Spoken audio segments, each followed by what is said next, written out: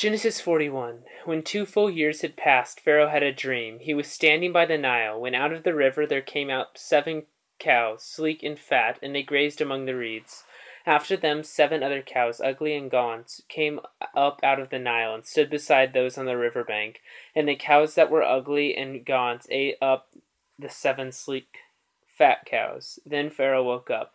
He fell asleep again and had a second dream. 7 heads of grain, healthy and good, were growing on a single stalk. After them 7 other heads of grain sprouted, thin and scorched by the east wind. The thin heads of grain swallowed up the 7 healthy, full heads. Then Pharaoh woke up. It had been a dream.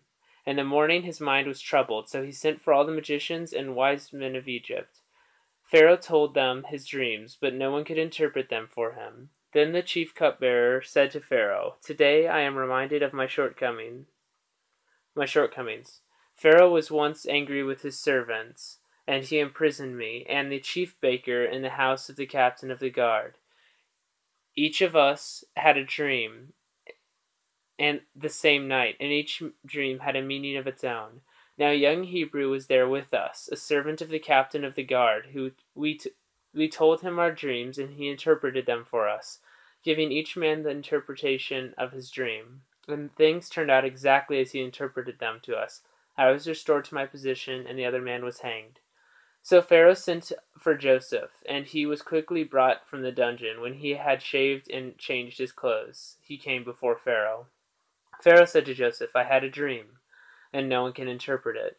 But I have heard it said of you that when you hear a dream, you can interpret it. I cannot do it," Joseph replied to Pharaoh, "but God who will give Pharaoh the answer he desires." Then Pharaoh said to Joseph, "In my dream I was standing on the bank of the Nile, when out of the river there came up 7 cows, fat and sleek, and they grazed among the reeds. After them 7 other cows came up, scrawny and very ugly, and lean. I had never seen such ugly cows in all the land of Egypt. The lean, ugly cows ate up the 7 fat cows that came up first.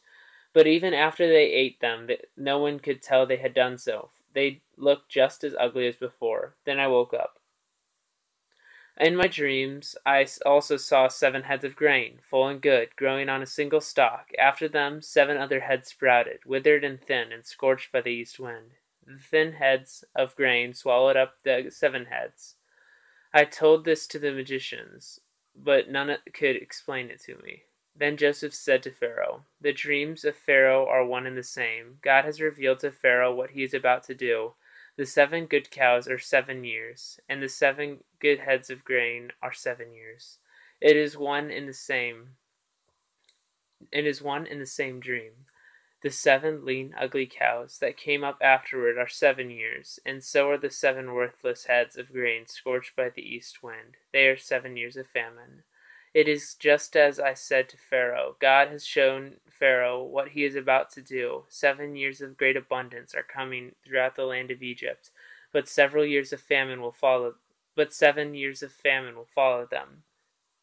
Then all the abundance in Egypt will be forgotten, and the famine will ravage the land. This abundance in the land will not be remembered, because the famine that follows it will be so severe. The reason the dream was given to Pharaoh in 2 forms is that the matter had been firmly decided by God, and God will do it soon.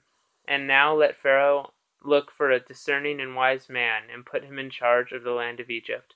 Let Pharaoh appoint commissioners over the land to take 1/5 of the harvest of Egypt during the 7 years of abundance. They should collect all the food of these good years that are coming, and store up the grain under the authority of Pharaoh, to be kept in the cities for food. This food should be held in reserve for the country, to be used during the 7 years of famine that will come upon Egypt, so that the country may not be ruined by the famine." The plan seemed good to Pharaoh and to all his officials, so Pharaoh asked them, "Can we find anyone like this man, one in whom is the Spirit of God?" Then Pharaoh said to Joseph, "Since God has made all this known to you, there is no one so discerning and wise as you. You shall be in charge of my palace, and all my people are to submit to your orders. Only with respect to the throne will I be greater than you." So Pharaoh said to Joseph, I hereby put you in charge of the whole land of Egypt. Then Pharaoh took his signet ring from his finger and put it on Joseph's finger. He dressed him in robes of fine linen and put a gold chain around his neck. He had him ride in a chariot as his second in command. The men shouted before him, Make way! Thus he put him in charge of the whole land of Egypt. Then Pharaoh said to Joseph, I am Pharaoh, but without your word no one will lift hand or foot in all Egypt. Pharaoh gave Joseph the name Zephanath-Paneah, and gave him Asenath, daughter of Potiphar, priest of On, to be his wife. And Joseph went throughout the land of Egypt. Joseph was 30 years old when he entered the service of Pharaoh, king of Egypt. And Joseph went out from Pharaoh's presence and traveled throughout Egypt.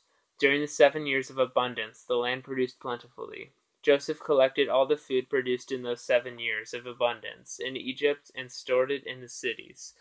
In each city he put the food grown in the fields surrounding it. Joseph stored up huge quantities of grain, like the sand of the sea. It was so much that he stopped keeping records because it was beyond measure. Before the years of famine came, 2 sons were born to Joseph by Asenath, daughter of Potiphar, priest of On. Joseph named his firstborn Manasseh, and said, It is because God has made me forget all my trouble and all my father's household. The second son he named Ephraim, and said, It is because God has made me fruitful in the land of my suffering. The 7 years of abundance in Egypt came to an end, and the 7 years of famine began. Just as Joseph had said, their whole land of Egypt, there was famine in all the other lands, but in the whole land of Egypt there was food.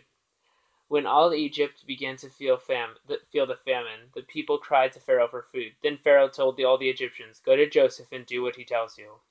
When the famine had spread over the whole country, Joseph opened the storehouses and sold the grain to the Egyptians, for the famine was severe throughout Egypt. And all the countries came to Egypt to buy grain from Joseph, because the famine was severe in all the world. End of Genesis chapter 41.